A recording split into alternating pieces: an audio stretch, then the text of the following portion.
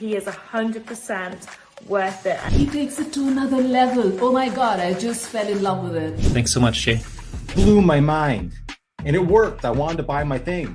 Jay is, I would say, the Yoda of sales calls, man. Just talking to Jay, he was so good at just taking what it is, seeing the opportunity and the value and the real reason we are making it. Talk to Jay, because he got it. He can definitely help you out. Talk to Jay.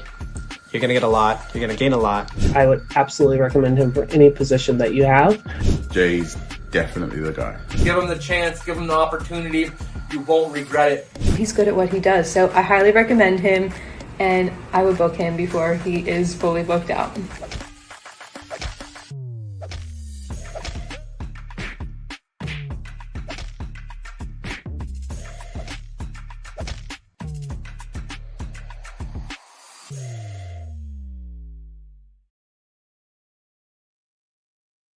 Welcome to the Sales Ninja Show podcast, where we cut through the noise, ditch outdated sales tactics, and show you how you to close deals with confidence, strategy, and integrity. I'm Jay Lee, founder of Sales Ninja. As a former banker, introvert, pastor, high-ticket sales ninja, seven-figure closer, I now help grow and scale businesses without the need for pushy tactics. And that's the heart of the reverse glass selling method, a kingdom-driven approach from the Bible, 1 Peter 3:15, which is built on trust, service, and true connection. My mission is to help 1 million people break the cycle of generational poverty so that you can sell more to give more. Today's guest is someone who's transformed thousands of sales careers around the world. He's a CEO of his own international training company, the author of 15 books, and one of the most respected names in the world of sales, my kind of guy. But his journey started, like many of ours, with failure. And through sheer determination, applied learning, and heart, he became a master of his craft. His teachings are practical, proven, and designed to help you create revenue right now, not someday. So let's welcome Eric Lofholm.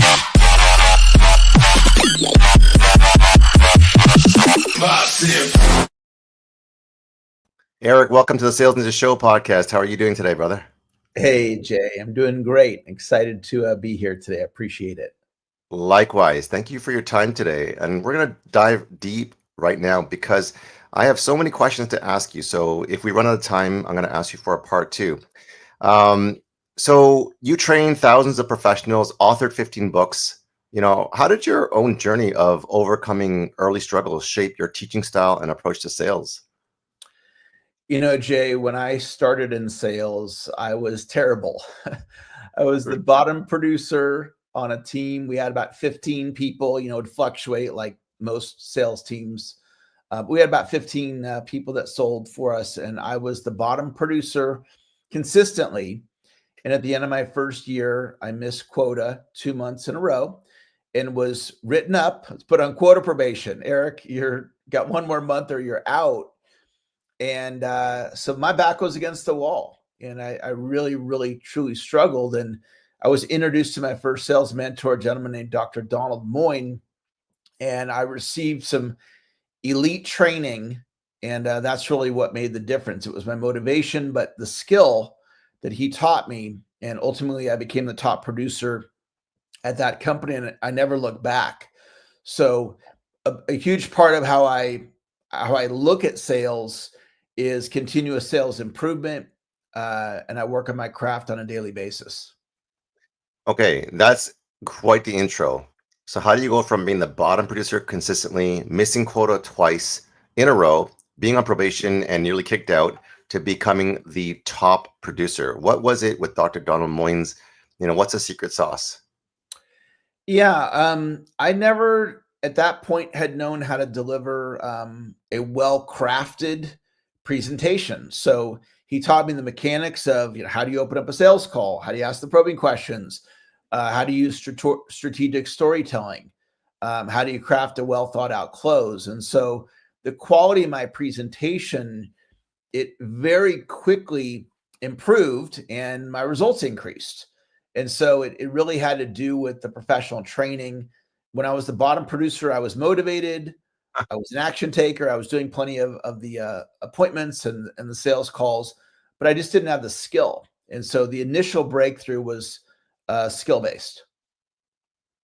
I guess when you're at the bottom, there's no place to go except up if you're thinking from a positive, optimistic standpoint, where many people would give up and say, I'm not good at this, and so maybe I should try something else. What made you, after an entire year of just being the bottom, like month after month, week after week, I mean, that can be very, discouraging, depressing. What kept you going? Well, what drew me to that sales opportunity was working for the owner of the company. His name was Dante Pirano. And Dante was then and still is today a very, very successful real estate investor. So I went to work for Dante, not to sell for him, but to learn real estate and to be in his environment, be in his energy. So when I got there, they're like, okay, you want to work for Dante, then we have a sales job for you. And I'm like, okay, whatever. I mean, I'll work in the mailroom, customer service, okay, sales. So I didn't have an intention to be good at sales. I had the intention to be around this successful entrepreneur. And then at the end of the year, when it was basically taken away from me if you don't step up, or you're going to lose the opportunity. So now I had a very different intention and a different motivation combined with Dr. Moyne's ideas.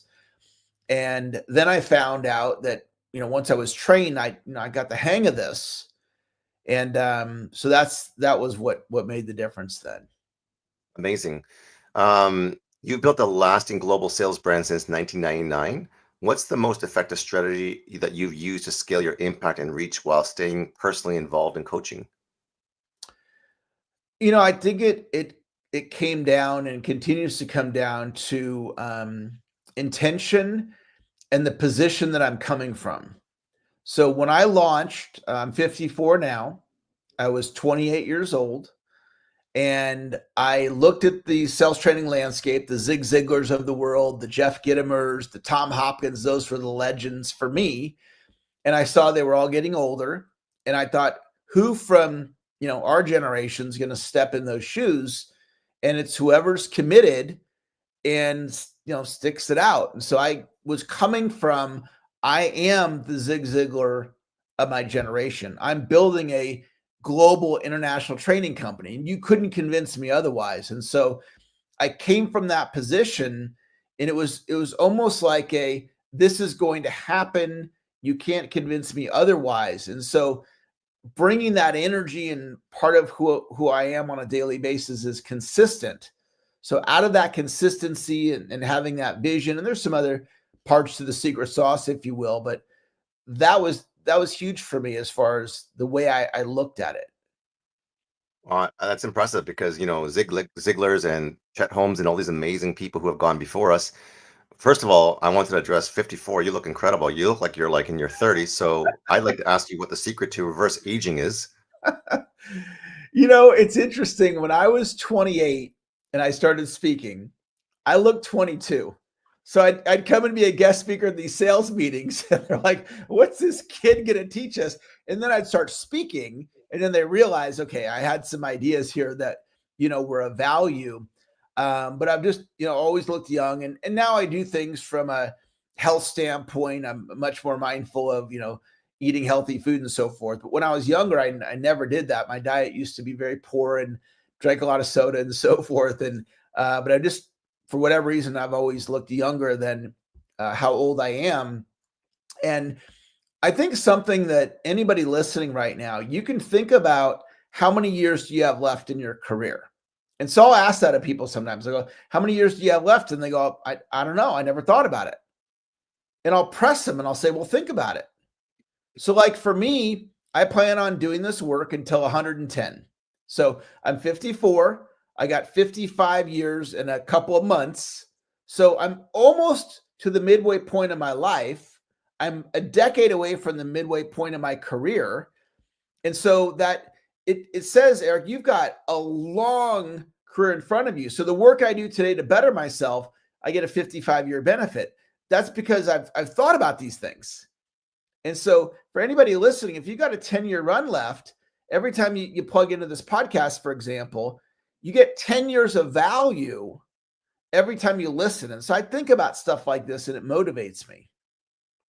So that's interesting. What I'm noticing this, in the first time that I'm talking to you on the podcast is there's something about you that's different from most that I've interviewed. There's a difference between intent and goals versus a vision and a belief, a self-belief and vision that you said earlier, that it's not I might be or I hope to be or I aspire to be or my goal is to be like Zig Ziglar, but that you are going to be, regardless, come hell or high water, the next Zig Ziglar of this generation.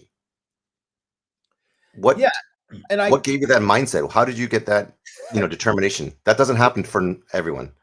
Yeah, it's interesting. I think some of it is like when I was with Dante, he's this multimillionaire.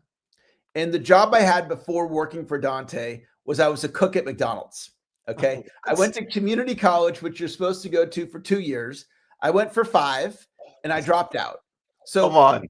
Prior to working for Dante, I'm a college dropout, cook at McDonald's. And now I ended up not only working for Dante, but I became his personal assistant. So I'm traveling around the country with this multimillionaire, and we're staying at these fancy hotels because, he's going to stay at a fancy hotel because he's a fancy guy. And he was resonating with me. And I was like, this is really weird. Like, why is this massively successful guy resonating with me? Who am I? I'm just a regular guy, right? Well, then I started getting around Dr. Moyne, who became my sales mentor. Les Brown, I do a podcast. Les Brown was my guest on my podcast today. Today, yeah. And he was, referring to me as, a friend of his, and he is a friend of mine. And so Michael Gerber has become a friend from the E-Myth. Oh my gosh, huge. So these people, like these insanely massively successful people like Jay Abraham, have become, colleagues of mine, if you will. I've got him on my cell phone. But with Dante, he was resonating with me. I'm like, this is really strange. Like, why is he resonating? But then it kept happening over and over and over again. And I realized that there was some gifting there. And I think in decades, and that's not how people normally think. Anybody can. It doesn't cost anything to think out into the future. And so there's just like some things. There is some natural gifting that's different about me, but that's true for everybody.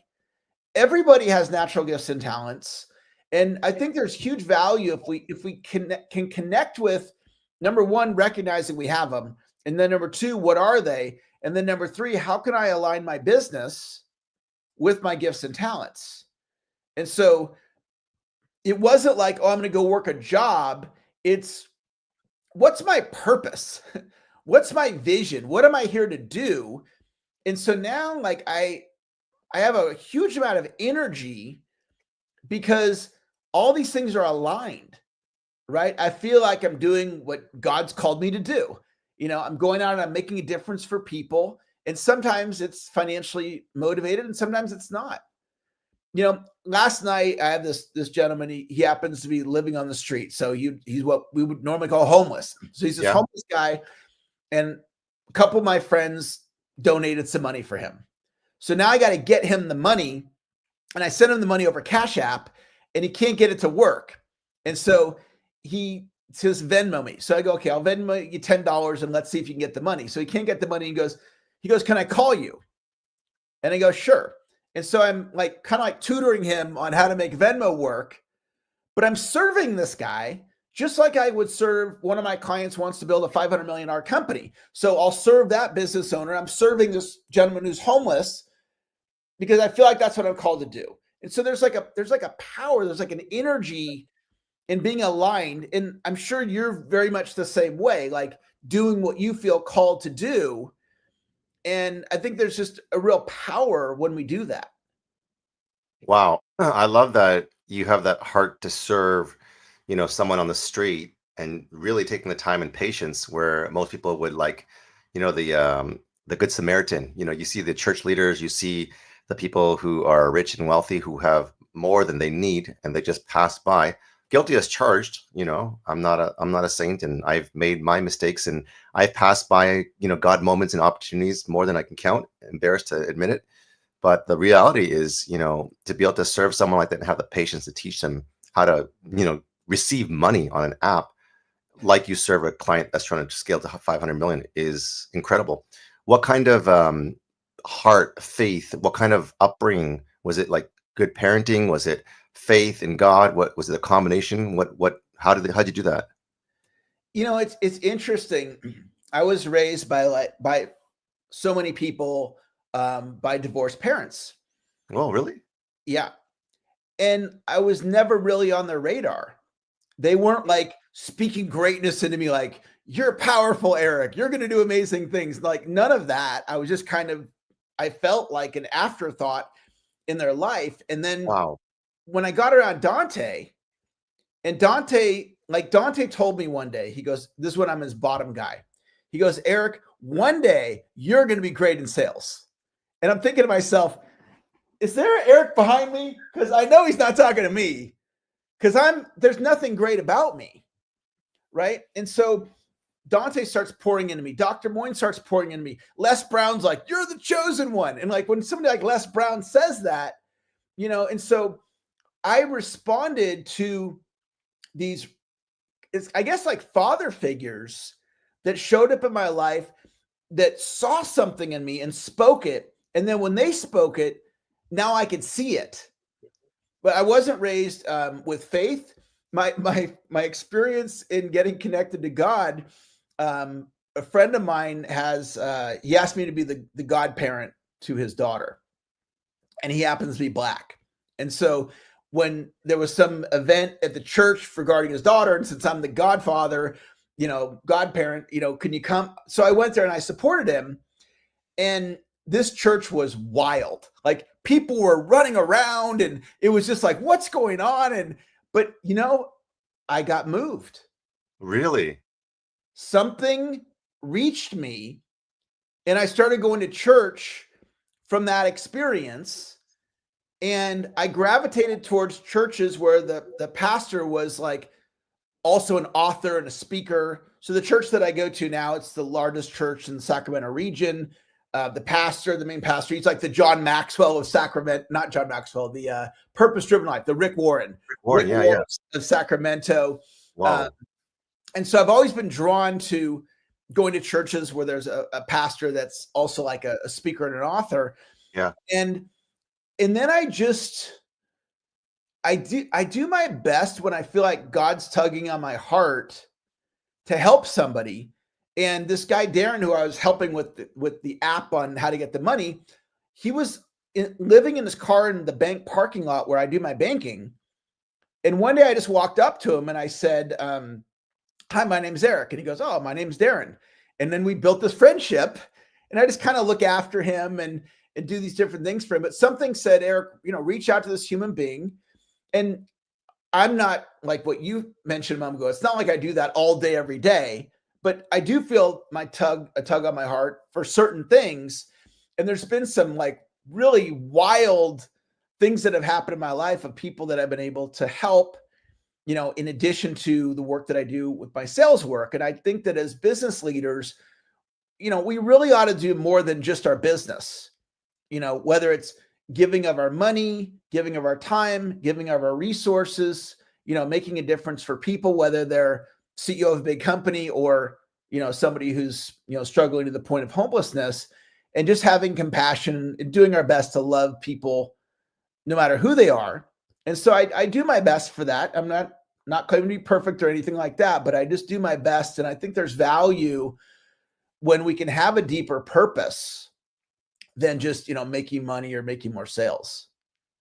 Love that. And I can't, and correct me if I'm wrong, you're also helping build a community for Steve Hardison. Was that what I heard? I can't remember exactly the details. Yeah. So Steve Hardison's known as the ultimate coach, and he is, you know, like a Les Brown, like a Tony Robbins. I mean, he's that powerful, incredibly powerful human being.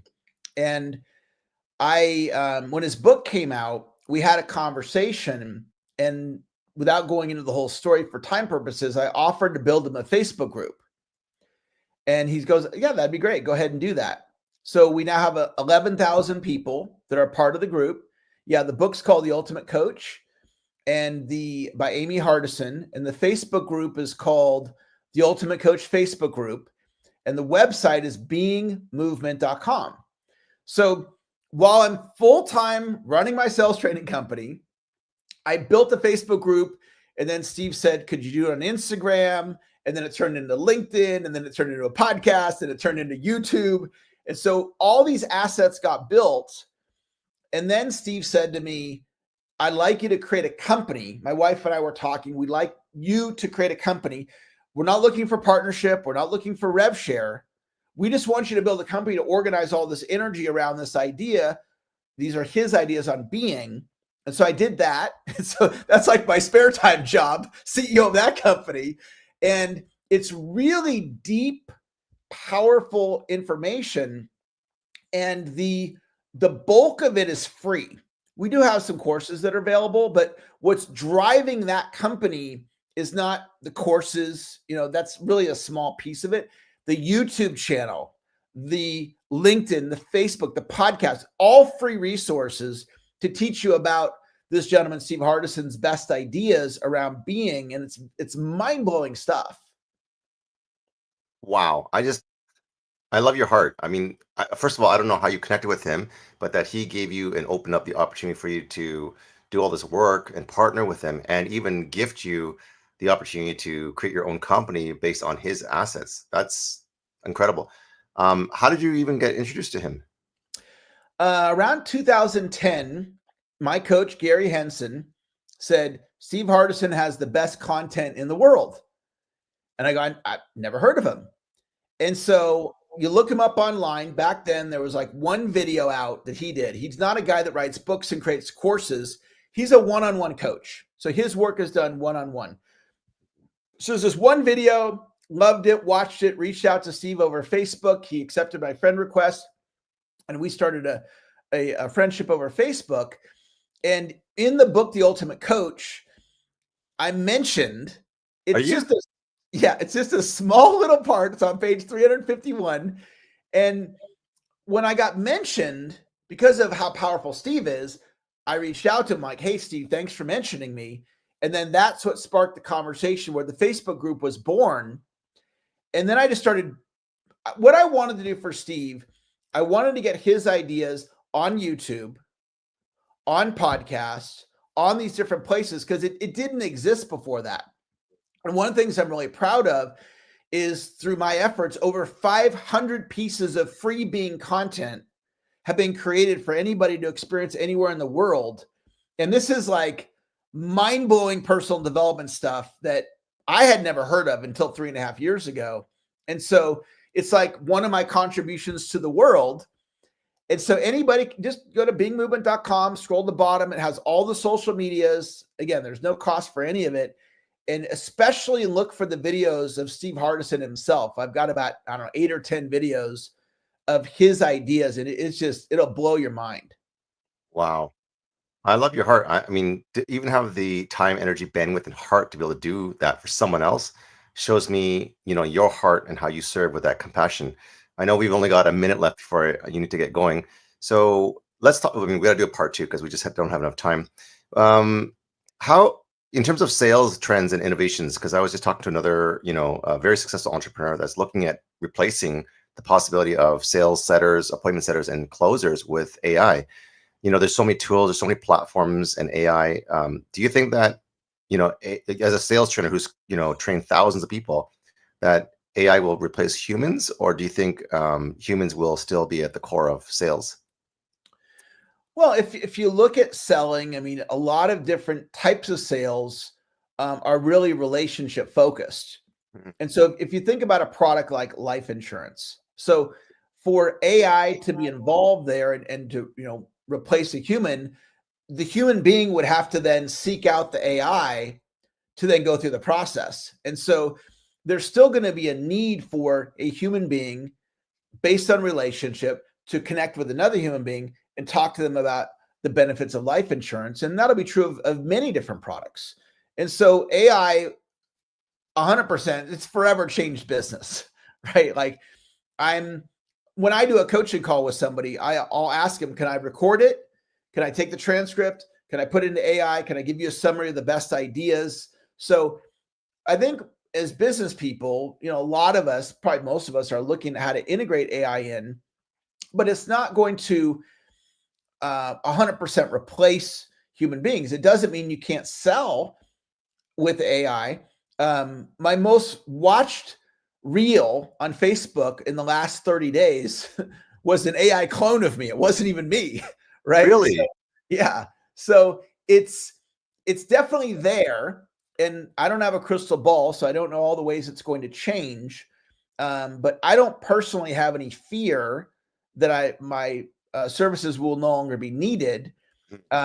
So that's what I can see right now. Gotcha. So as we close in the last 60 seconds, this is a lightning round, getting to know Eric Lofholm. So I'm going to ask you a speed round, just a bunch of questions, and then we'll get going. What's a personal habit or morning routine that sets the tone for your success? I think I have a very positive mindset. So I have the ability to get into optimism at the start of my day. So I'm not coming from fear. I'm not coming from it's not going to work out. And sometimes I'll wake up and be in the not most optimistic place, but I have an ability to get my day going in an optimistic mindset. Amazing. What's your favorite sales book besides your own and your 15 books that every entrepreneur should read? I like Future Diary by Mark Victor Hansen. It's one that probably no one's ever heard of, but it's a really powerful, simple read. It's a great goal-setting book. Future Diary by Mark Victor Hansen? Mark Victor Hansen, the Chicken Soup for the Soul author. Future Diary. Really? Yeah. And that's one of my favorites. And then also, I'm a big Jay Abraham fan. So any of Jay Abraham's books, and he has this 93 extraordinary referral systems on Audible. If you want referrals, that's the best referral content I've ever come across. What is it called? 93 Extraordinary Referral Systems by Jay Abraham on Audible. It's not a book. It's an audio book. It's actually a course he did, and it sold for about $500, but Audible doesn't do $500 things. So one credit gets you a Jay Abraham $500 course that'll awesome. I've got 5 credits in my Audible account, so I'm going to get that today. Oh, it's so good. What's a quote or phrase that you live by when it comes to resilience and closing deals, if any? I like Napoleon Hill's, and I've said this to myself at least 1,000 times. With every adversity, there's a seed of equal or greater benefit. With every adversity, there's a seed of equal or greater benefit. And then I also like everything that happens works in my favor. Everything that happens works in my favor. Love it. Last question. What's something that most people don't know about you, from your hobbies to something expected in your personal life? I'm an introvert. People would not expect that. If you met me socially, you would be shocked that I'm a speaker. When I have a meal, I don't usually say much. If someone asks me a question, then I will answer, but I'm not much of a conversationalist in that environment. And so my beingness socially, I would really say I'm socially awkward, and that would be very surprising. Like in an environment like this where I'm the guy, if you will, I'm the speaker being asked to be here, I can light up in this environment. But in a social environment, it's not. That's just how I tend to show up. That's when you have a gift from the Lord, because it's not your proclivity or your natural, but the ability for God to hardwire you to do some great things and to make great impact. With that, we are here to help you grow and scale in your sales. If you're looking to be on the podcast and you're a 6 or 7 plus figure entrepreneur, comment podcast, and we'll get you on the application to be on the show. On behalf of just everyone listening, Eric, thank you so much for your stories, and would love to get a part 2 if you're open to that. And any last words for people who are discouraged in sales, or not? Maybe they're at the bottom of the totem pole and not hitting quota. Well, a couple thoughts. One is that's where I came from. For a whole year, I was at the bottom. And one of the things I love to share with people is that you are capable of more. And when I was younger, I wasn't aware of that. And so every one of you listening right now, you are capable of more. And one way to access that within you is attending, podcasts like this and learning from people like Jay, learning from people like myself. And I acknowledge every one of you for listening today and taking this time to invest in yourself so you can become an even better version of yourself. Amazing. I love that. You are capable of more. And I love how, just the belief, self-belief that Eric had, the faith of a mustard seed. And even though he had a not great childhood and raised by, people who didn't believe in him or speak greatness, that, people did speak into his life, people that came into his life as mentors. So make sure that you find those people that believe in you and that can raise you up and elevate you. Eric, thank you so much. That was a treat. And thank you for sharing your story with us. You're welcome, Jay, and I appreciate the invite. And thank you all for listening. Okay. Take care. Bye-bye. Bye.